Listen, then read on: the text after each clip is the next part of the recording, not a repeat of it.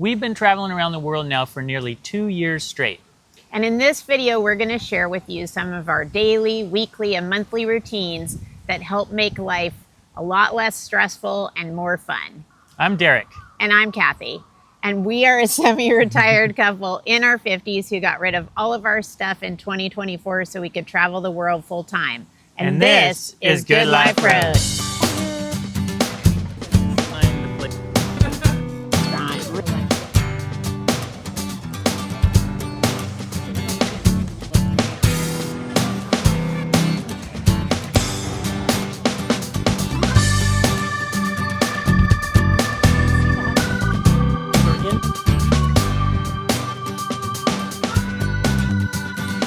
So routine number one, completely unpack on day one.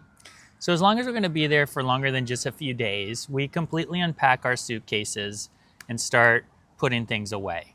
We each open both of our bags on the beds and we go through everything and take everything out of the bag and evaluate whether or not we're going to use it or not. For instance, if we're landing in a tropical location, we're not going to be needing our warm weather clothes, so we'll be putting those things back in our suitcase.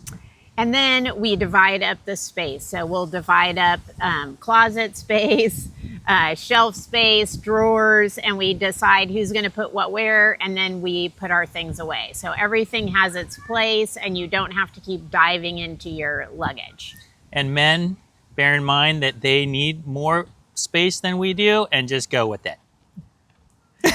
We also set up our bedside tables, and so we take out the books we're reading, all of those type of things. We used to unpack bit by bit, and we'd have our bags kind of nearby, and we'd dip into them to get things out every now and then whenever we needed them. And I think we thought that this was more efficient, but what we found as full-time travelers is that we ended up never really feeling settled in and always looking for things, and that caused a lot more stress. Yeah, that's one of the things about these things we're sharing with you today. Even if they seem small, as a full-time traveler, they can impact your mood quite a bit. So hence, we're sharing some of these routines with you today. If you haven't already, please give this video a like and subscribe. It really helps the channel and we appreciate it.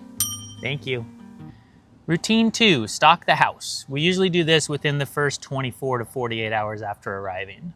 And of course, when we say stock the house, we usually are talking mostly about food, but we're also talking about those little comforts that make your stay a lot more pleasant.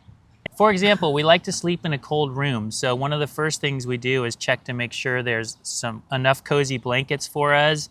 And if not, we'll request some from the host or make a shopping note. Yeah, and for example, one place we stayed in recently had all plastic dishes. And I do mean all, like including the coffee mugs. Yeah, so the next day we went out and we picked up a couple ceramic mugs and some ceramic bowls. Another thing is we like ice in the freezer. So if there's not an ice tray, we'll pick up an ice tray when we're out. And I get it if you're frugal like we are, we tend to first not think like that it's worth doing something like that because you're just going to leave those ceramic bowls. But the fact of the matter is if you're renting for more than a week or 2 weeks or something like that, just getting a, $5 bowl, you're not getting anything fancy, and having that to eat out of as opposed to on plastic every day, it's worth it. And to stock up the kitchen, I go through and I see what kind of staples they've left. So I make sure about salt and sugar and, those type of things. And I make a note of that, especially also like if I need coffee filters. And also I use Pinterest for meal inspiration at that point. So I'll have 2 to 4 kind of meal ideas and then we'll go shopping from there. Yeah. And of course, we have to be flexible shopping for foods in other countries. But of course, we're happy to eat local. We love eating local food, and especially letting the local fruits and vegetables and the ones that are in season take the lead. Yeah. So here's an example of one of my shopping lists. You'll see that I leave it quite loose, and I can just fill in with what is available and looks freshest at the local market.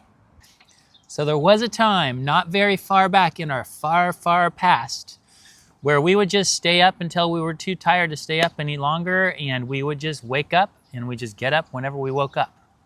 Yeah, and after a while, these unstructured sleep habits, because we're not getting any younger, begin to take their toll. And add to that the occasional jet lag and sometimes early or late flights that we have to take.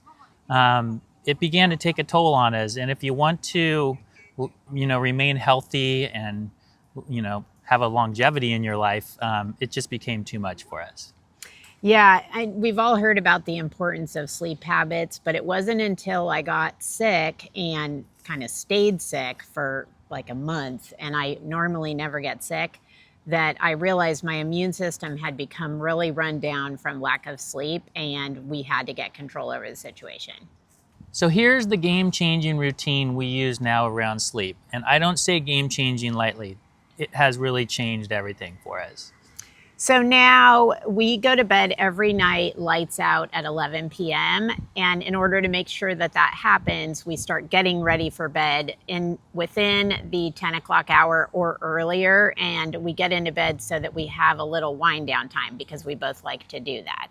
Wake up at 7 a.m. every day. I wouldn't have believed it before, but this routine really does work. Yeah, and of course, every now and then I'll still have a hard time falling asleep or I'll wake up early, but I don't allow myself to just get on my phone right away just because that's happening, or just start my day early if I happen to wake up at 4 a.m., which I used to do. Now, in that time from 11 to 7 is for resting, or hopefully for sleeping, but at least for resting. And because we stick to this set 11 p.m. to 7 a.m. sleep schedule, we almost always get a full 7 or 8 hours of sleep each night. Neither one of us has been sick in months now. We argue less and we feel great. Yeah, and even if I fall short one night, say I can't go to sleep very easily and whatever, I don't worry about it. I'm still getting close to 6.5, 7 hours of sleep on those nights, and that is way better than I was doing before, and I can just feel the difference. 11 p.m. to 7 a.m. may not be your magic number. Maybe you're a 1 a.m. to 9 a.m. or something like that. Also, for me, I am semi-retired, and so I work as a consultant. And in the busy season, especially, I have to do meetings, depending on where we are in the world, sometimes at 5 a.m. or 10 or 11 p.m. So I adjust accordingly. But I always try and stock that sleep back up in the following days or the days leading up to those off-hour meetings, just to, keep rested and in good health. Yeah, what really matters here is just that you take control of your sleep. You have to parent yourself a little bit. By the way, we wanted to let you know that one of our tools that we built is now available for free on our website. It's our retirement budget planner, and it helps you plan your budget for right now and also in various phases going forward in your life. So we built this tool specifically to help support our lives in this full-time travel phase of our life. And so it's really built for this purpose. Yeah, and you can get the link in the description, as well as we'll put the specific URL right here. So you can go pick it up for free, and just know that this is exactly the tool that we used as well. Yeah. This routine, scheduling downtime, we're talking about specifically in relationship to travel, because in regular life has this little thing called weekends.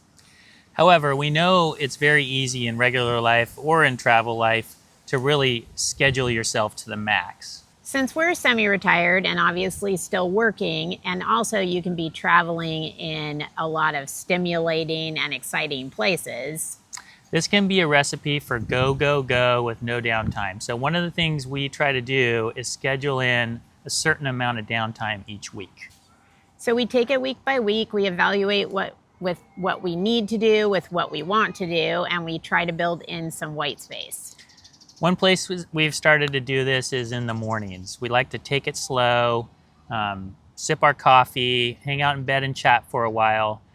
Yep, and we also try to do it in the evenings, at least 2 or 3 evenings a week.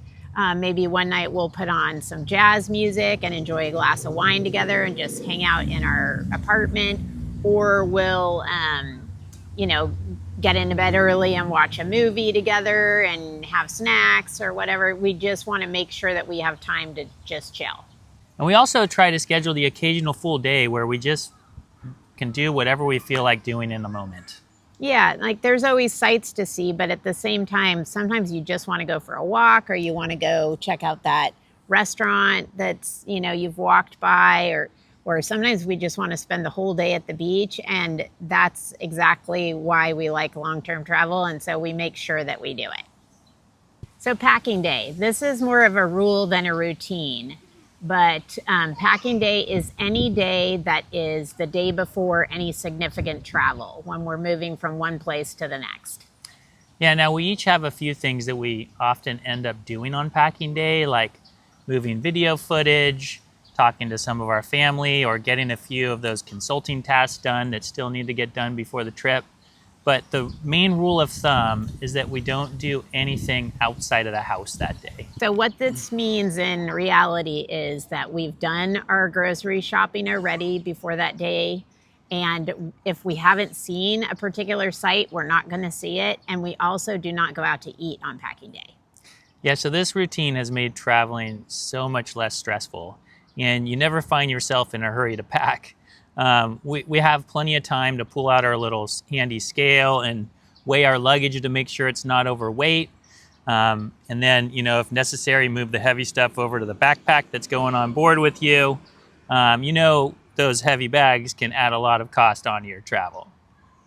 There's also inevitably some loose ends before travel. So once you have this wide open day, it allows you to handle anything that comes your way without stress. So that's our short but mighty list. Any other routine that you do that has made a big difference in your life? Please share them in the comments. Yeah, and please like and subscribe and follow along to see all of our upcoming videos. We'd love to have you with us. Thanks for watching. Thank you.